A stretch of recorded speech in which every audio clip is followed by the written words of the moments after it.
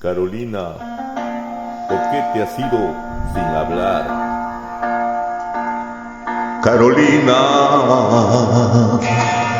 ¿por qué te has ido sin hablar?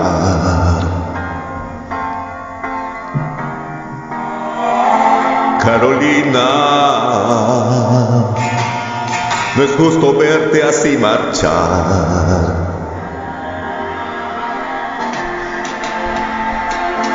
Carolina, Carolina, con mis pensamientos tú me dejas solamente y mirando hacia atrás. Carolina, Carolina, si estaba equivocado, olvida lo pasado para volver a empezar. Carolina,